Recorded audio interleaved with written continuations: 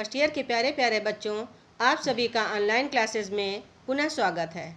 आज मैं शोभा सिंह आप सभी को हिंदी आरोह के काव्य खंड के अंतर्गत मीरा के पद पढ़ाऊंगी।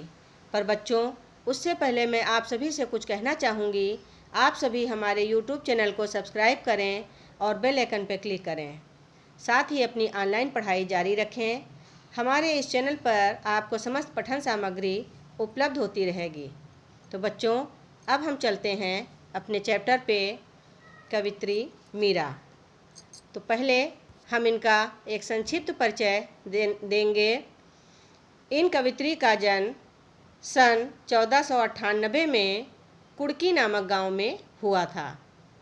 ये मारवाड़ रियासत से थीं। इनकी दो ही प्रमुख रचनाएं हैं, मीरा पदावली, नरसी जीरो माहेरो। मीरा सगुण धारा की महत्वपूर्ण भक्त कवित्री थीं। कृष्ण की उपासिका होने के कारण इनकी कविता में सगुण भक्ति मुख्य रूप से मिलती है, लेकिन निर्गुण भक्ति का प्रभाव भी मिलता है। संत कवि रैदास जी उनके गुरु हैं। बचपन से ही उनके मन में कृष्ण भक्ति की भावना जन्म ले चुकी थी, इसलिए वे कृष्ण को ही अपना आराध्य और पति मानती रहीं। अन्य भक्तिकालीन कवियों की तरह इन्होंने भी दूर दूर तक यात्राएं कीं। चित्तौड़ राजघराने में अनेक कष्ट उठाने के बाद ये वापस मेड़ता आ गईं और फिर वहाँ पर लीला भूमि वृंदावन, जो कृष्ण की लीला भूमि है, वहाँ की यात्रा की।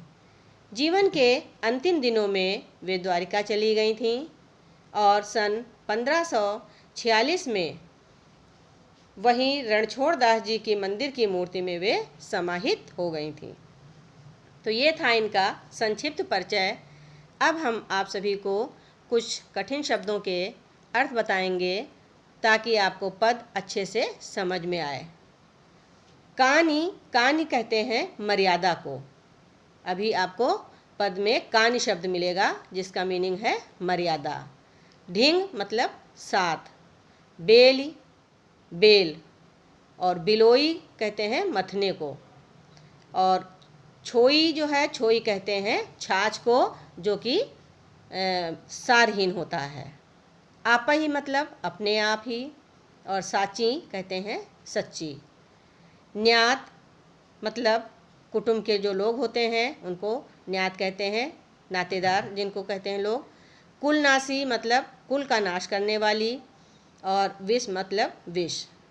पीवत मतलब पीते ही, और हंसी मतलब हंस पड़ना या हंसना। सहज मतलब स्वाभाविक रूप से। तो ये थे कठिन शब्दों के अर्थ। अब आप देखिए पहला पद आप देखिए। इस पद में मीरा ने कृष्ण को ही सब कुछ बताया है। उन्होंने यहाँ तक कहा है कि उनके अतिरिक्त उनके जीवन में और कोई है ही नहीं। मेरे तो गिरधर गोपाल दूसरो न कोई। वो कहती हैं कि मेरे जीवन में सिर्फ गिरधर गोपाल ही हैं और कोई दूसरा व्यक्ति मेरे जीवन में नहीं है। मतलब वे और किसी से कोई मतलब नहीं रखती हैं, केवल उनकी ही भक्ति में लीन हैं, उन्हीं के पद गाती हैं, उन्हीं के मूर्ति के आगे नाचती हैं। अब उनकी विशेषता बता रही हैं कि जाके सिर मोर मुकुट। वो कैसे हैं गिरधर गोपाल? वो कह रही हैं कि जिसके सिर पर मोर का मुकुट है, मेरो पति सोई, वो ही मेरा पति है। श्री कृष्ण भगवान के सिर पर मोर का मुकुट होता है, आप सभी जानते हैं इस बात को, इसीलिए उन्होंने विशेषण के रूप में इसको प्रयोग किया। छाण दई कुल की कानी, अभी हमने आपको बताया था कानी मीन्स मर्यादा। तो उन श्री कृष्ण भगवान के लिए उन्होंने अपने कुल की मर्यादा को भी छोड़ दिया, उसकी भी परवाह नहीं की। कहा करी है कोई, मतलब जिसको जो भी कहना हो वो कहता रहेगा। मीरा जी किसी के कहने की कोई परवाह नहीं करती। संतन ढिंग बैठ बैठ लोक लाज खोई। और वो संतों के साथ में बैठती थीं। उन्होंने परिवार से संबंध छोड़ दिया था। संतों के साथ में मंदिरों में बैठती, भजन कीर्तन करती, और इस तरह से उन्होंने संसार की जो मर्यादा होती है, जिसको लोकलाज कहते हैं, वो खो दिया था। क्योंकि आप लोग भी जानते हो, स्त्री की मर्यादा घर की ड्योढ़ी के अंदर ही होती है, बाहर नहीं होती है। असुवन जल सींच सींच प्रेम बेल बोई। अब वो जो श्री कृष्ण भगवान से प्रेम करती हैं, उसके बारे में बता रही हैं कि उस प्रेम बेल को उन्होंने अपने आंसुओं के जल से सींचा है। क्योंकि इसके लिए उनको अनेकों कष्टों का सामना करना पड़ा। किसी भी साधारण सी वस्तु को भी आसानी से कोई नहीं प्राप्त कर पाता है, फिर वो तो भगवान श्री कृष्ण थे, उनको आसानी से कोई कैसे पा सकता था। तो मीरा जी ने भी अपने जीवन में बहुत कष्ट पाए, तब जाके उनको श्री कृष्ण भगवान मिले हैं। तो उन्होंने कहा कि आंसुअन जल सींच सींच, आंसुओं के जल से सींच सींच करके मैंने ये कृष्ण प्रेम की बेल को बोया है। अब तो बेल फैल गई। अब वो कह रही हैं कि अब तो ये बेल जो है वो फैल गई, अर्थात उनका जो प्रेम है वो उनके संपूर्ण जीवन में प्रवाहित हो गया। आनंद फल हुई, और अब उस बेल में आनंद रूपी फल होंगे। उस प्रेम रूपी बेल में आनंद के फल कैसे होंगे? क्योंकि उनके जीवन में आनंद ही आनंद, प्रभु मिलन रूपी आनंद ही आनंद होगा। दूध की मथनियाँ बड़े प्रेम से बिलोई। अब उन्होंने क्या बताया कि दूध की मथनियाँ, आप सभी जानते हो मथानी से मथने का काम किया जाता है। जैसे कि हम लोग मथानी से दही को मथ करके घी निकाल लेते हैं, उसी तरह से उन्होंने अपने जीवन रूपी दूध को मथानी से बड़े प्रेम से मथा, और उससे क्या हुआ? दधि मथी घृत काढ़ लियो। मथने के बाद जो घी था, अर्थात प्रभु की भक्ति, उसको उन्होंने निकाल लिया, डार दई छोई। और जो छाछ है, जो मट्ठा है, वो जैसे व्यर्थ समझकर उसको एक किनारे कर दिया जाता है, उसी तरह से उन्होंने सांसारिक मोह माया जो है उसको एक किनारे कर दिया। क्योंकि उन्होंने अपने जीवन को बड़े प्रेम से मथनिया से मथ करके उसमें से भक्ति रूपी घी निकाल लिया। भगत देख ही राजी हुई। और फिर उसके बाद वो जो भगवान के भक्तों को देखती थीं तो वो प्रसन्न होती थीं, और जगत देख रोई। और जब संसार को देखती थीं तब उनका मन कष्ट पाता था, और वो ये सोचती थीं कि प्राणी कितना मूर्ख है जो कि इस सांसारिकता में पड़कर अपना जीवन व्यर्थ कर रहा है। दास मीरा लाल गिरधर तारो अब मोही। अब आखिरी की पंक्ति में उन्होंने अपने को दासी कहा और कहा कि हे लाल गिरधर, इस दासी मीरा को तार दो, अब उस संसार सागर से पार कर दो। तो इस तरह से आपने देखा ये पद जो मीरा जी के द्वारा लिखा गया है, इसमें आपने ध्यान दिया कि इसमें अनुप्रास अलंकार भी है और साथ ही साथ रूपक अलंकार भी है। रूपक अलंकार कहाँ है? प्रेम रूपी बेल, इसके अलावा आनंद रूपी फल। पुनरुक्त प्रकाश अलंकार भी है, सींच सींच। जब शब्द की आवृत्ति होती है तब वहाँ पर पुनरुक्त प्रकाश अलंकार होता है। और भाषा सरल है, प्रवाहमयी है। इसके अलावा राजस्थानी मिश्रित ब्रज भाषा का प्रयोग हुआ है। साथ ही छंदबद्धता व लयात्मकता पूर्णता विद्यमान है। उदाहरण अलंकार का प्रयोग हुआ है। प्रतीकात्मक शैली का भी निर्वाह बखूबी हुआ है। दही जीवन का प्रतीक है, घृत भक्ति का, और छोई छाछ यानी सारहीन संसार का प्रतीक है, जैसे कि अभी हमने आपको बताया था। अब देखिए, इतना समझ में आया सबको समझ में आ गया? दूसरा पद समझाएं? चलिए अब दूसरा पद देखिए। दूसरा पद है, उसमें मीरा की परम भक्ति का वर्णन है। जब मीरा कृष्ण की भक्ति में मगन हैं, तब उनको संसार की कोई भी मर्यादा की चिंता नहीं है, कोई भी बंधन उन्हें बांध नहीं पाता है। पग घुंघरू बांध मीरा नाची। पग मीन्स पैर, पैरों में घुंघरू बांध करके मीरा जी कृष्ण की मूर्ति के सामने नाचती हैं। भक्ति में लीन होकर के वो अपने प्रभु के लिए नाचती हैं। और क्या कहा उन्होंने? मैं तो मेरे नारायण सूँ। मतलब उन्होंने क्या कहा कि मैं तो अपने नारायण के लिए नारायण सूँ, आप ही हो गई साची। मतलब आप ही मतलब अपने आप ही, साची मतलब सच्ची भक्त, आप ही हो गई साची। उसके लिए हमें कुछ करना नहीं पड़ा। वो कह रही हैं मैं स्वयं अपने आप ही अपने प्रभु के लिए साची हो गई। लोग कहें मीरा भई बावरी। अब लोग मतलब संसार के लोग, उन्होंने मीरा की इस अवस्था को देख करके कहा कि मीरा है जो हैं वो बावरी हो गई, मतलब पागल हो गई हैं। न्यात कहें कुलनासी। और मीरा की इस दशा पे जो नातेदार रिश्तेदार होते हैं उन्होंने कहा कि ये तो कुल का नाश करने वाली हो गई है, ये कुल का नाश कर देगी। विष का प्याला राणा भेजा। जब ऐसी दशा मीरा की देखी तो राणा कौन थे? राणा इनके पति थे।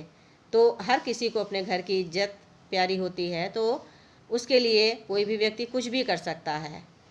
जब मीरा को अनेक तरह से समझाया और जब नहीं मानी, मंदिरों में नाचना गाना इनका बरकरार रहा, तो इनके पति राणा ने इनके लिए विष का प्याला भेजा था। उन्होंने सोचा कि विष का प्याला पीते ही ये मर जाएंगी, तो विष का प्याला राणा भेजा। राणा जी ने विष का प्याला भेजा था, जिसको कि पीवत मीरा हंसी। उसको पीते ही मीरा हंसने लगी। क्यों? क्योंकि जाको राखे साइयाँ मार सके ना कोई। तो वही जब वो भगवान की ही हो गई हैं तो उनको मृत्यु कैसे अपना ग्रास बना सकती है। मीरा के प्रभु गिरधर नागर सहज मिले अविनाशी। और अंत में मीरा जी कहती हैं कि मीरा के जो प्रभु हैं, जो गिरधर नागर हैं, जो गिरधर गोपाल हैं, वे सहज मिले। वो बहुत ही सहजता से मिलते हैं, जो कि अविनाशी हैं। उनको प्राप्त करने के लिए कोई विशेष प्रयत्न की आवश्यकता नहीं होती है, वे बहुत ही आसानी से मिलते हैं। जैसे कि मीरा अपने लिए कहती हैं कि हमें प्रभु बहुत ही सहजता से मिले। आप सभी को समझ में आया? सबको आ गया? हर किसी को समझ में आया? कहीं कोई प्रॉब्लम तो नहीं है इसमें? तो आगे बढ़ें? ठीक है, चलिए देखिए अब हम इन पदों पे डिपेंड क्वेश्चन क्लियर करेंगे। ध्यान से सुनिएगा। तो देखिए आपका जो पहला क्वेश्चन है वो है मीरा कृष्ण की उपासना किस रूप में करती हैं, वह रूप कैसा है। तो ये तो पहले ये तो पद में ही आपने पढ़ा है अभी कि मीरा कृष्ण की उपासना पति के रूप में करती हैं। उनका रूप मन मोहने वाला है। मन मोहने वाला क्यों है? क्योंकि उनके सिर पर मोर का मुकुट है और उनकी छवि बहुत ही प्यारी है। वे पर्वत को भी धारण करने वाले हैं। वे स्वयं मीरा जी स्वयं को उनकी दासी भी मानती हैं। सेकंड क्वेश्चन आपका जो है वो है भाव व शिल्प सौंदर्य स्पष्ट कीजिए। इसके अंतर्गत दो काव्यांश हैं। पहला है असुवन जल सींच सींच प्रेम बेल बोई, अब तो बेल फैल गई आनंद फल होई। हमने भी आपको इसका भावार्थ बताया था, लेकिन चलिए फिर से भी हम आपको इसको बता देंगे कि इसके भाव सौंदर्य के अंतर्गत आप लोग क्या लिखेंगे कि प्रस्तुत पंक्तियों में मीरा ये स्पष्ट कर रही हैं कि कृष्ण से प्रेम करने का मार्ग आसान नहीं है। इस प्रेम की बेल को सींचने विकसित करने के लिए बहुत से कष्ट उठाने पड़ते हैं। वह कहती हैं कि इस बेल को उन्होंने आंसुओं से सींचा है। अब कृष्ण प्रेम रूपी ये लता इतनी विकसित हो चुकी है कि इस पर आनंद के फल लग रहे हैं, अर्थात वे भक्ति भाव में प्रसन्न हैं। सांसारिक दुख अब उनका कुछ भी नहीं बिगाड़ पाते। और शिल्प सौंदर्य के अंतर्गत आप लोग लिखेंगे कि इसमें राजस्थानी मिश्रित ब्रजभाषा में सुंदर अभिव्यक्ति है। और हमने आपको बताया था अभी सांग रूपक अलंकार का प्रयोग है किसमें, प्रेम बेली, आनंद फल, असुवन जल, और सींच सींच में पुनरुक्ति प्रकाश अलंकार है, अभी हमने आपको बताया था। और अनुप्रास अलंकार बेली बोई में है। अब जो दूसरा है, दूध की मथनिया बड़े प्रेम से बिलोई, दधि मथि घृत काढ़ लियो डारी दई छुई।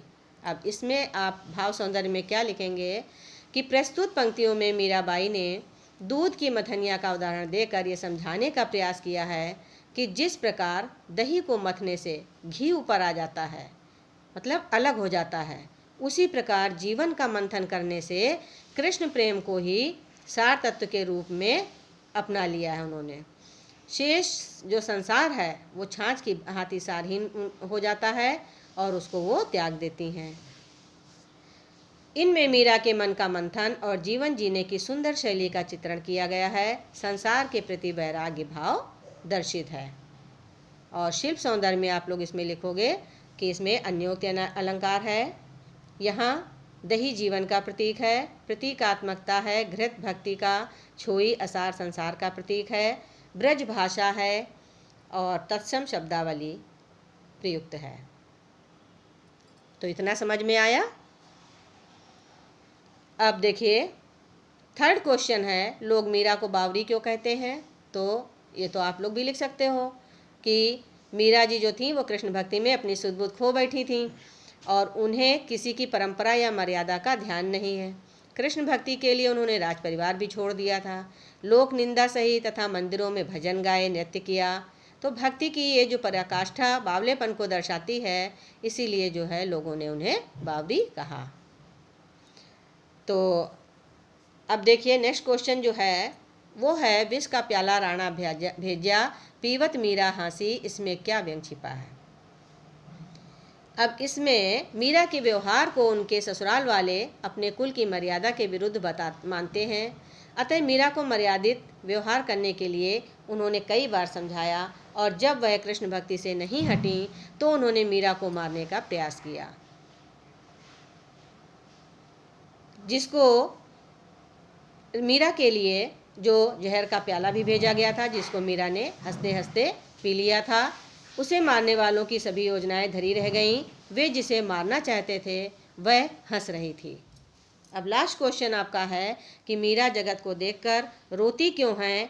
तो इसका आंसर आप लोग क्या लिखोगे कि मीरा जगत को देखकर इसलिए रोती हैं कि उनको ऐसा लगता है कि ये संसार जो है वो व्यर्थ सांसारिक मोह माया में अपना समय व्यतीत कर रहा है, अपना जीवन व्यर्थ कर रहा है और जो कि दोबारा नहीं मिल सकता है।